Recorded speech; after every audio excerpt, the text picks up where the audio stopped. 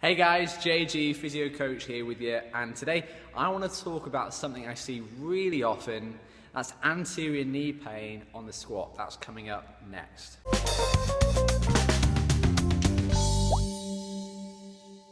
So this anterior knee pain, front of knee pain, is something that I've just come across so often. So many people come in to see me with knee pain, and I encounter it a lot just within classes when I'm coaching CrossFit. And I think the first thing we've got to clarify here is that there's a difference between being injured and just exhibiting a painful movement pattern. That is to say that you're moving in a way that takes joints out of their ideal position and places tissues under stress that creates pain. And in these cases, it just takes a very quick, simple fix in correcting your movement pattern to alleviate that pain. And I've had that more times than I can even remember. I've had people come in who've had sometimes chronic knee pain. They've been taping it, they've been strapping it, they've been putting on knee sleeves, and they just can't get rid of this knee pain and are squatting. And I tell them, just let me watch you squat. And this is almost, without exception, every time what I see when people complain about this, is this. You can't see.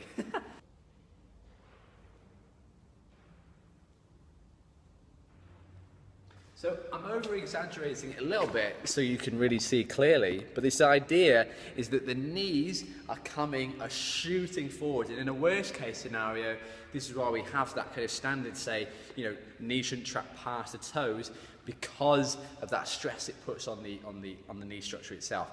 So the proper line of action for the squat is initiating with that hip drive, so sending the hips back and breaking, softening at the knees at the same time, but not driving them forwards. So the reason for that is that if our knees shoot forward without any hip initiation, without any hips going back, then we put ourselves into a position where there's no posterior chain engagement. And what I mean by that is there's no engagement from the muscles on the back of your thigh. Specifically in this case, we're talking about your hamstrings. So when you don't have that hamstring engagement, then if you imagine this is your shin, and this is your femur or your thigh bone. So here you start off in neutral. Now, if we knee initiate on the squat, that shin angle starts to translate forward like this, and it creates this almost like kind of sloped position of this tibial plateau, or where the end of the femur rests. And what this scenario, this situation creates is a very big predisposition to creating shear force. And all shear force is really it's this injurious force where the end of your femur in this case starts to shear and scrape across the top of that part of your tibia. And this is where this is one of those mechanisms for cartilage injuries and things like this. So the hamstrings, where they attach, can resist this anterior translation or anterior sort of forward movement of the shin, but only if they're engaged. Now, you can do this for yourself. If you just shoot your knees forward into that almost kind of like limbo squat and feel the back of your thighs, you won't feel any tension. So this is, and a lot of times, even if you just do this, like I said, painful movement pattern, you potentially feel knee pain just demoing this. So what you want to make sure of is that you can feel a little bit of the weight in the heels, that you're initiating, driving those hips back and down, and that you should be able to feel, if you have a quick test, feel that engagement, feel that tightening up of your hamstrings at the back. And if you've got hamstring engagement, you're in a much better, biomechanically better position to be preventing your knee from undergoing any stress. So that's the fix for today. I hope you find that useful. If you haven't already, visit my website. It's jgphysiocoach.co.uk. Sign up for the newsletter. There's a free overhead squat ebook for you to download. And as always, any comments or suggestions for future videos, take them to the Facebook page, Athlete Fix. It's facebook.com/AthleteFix.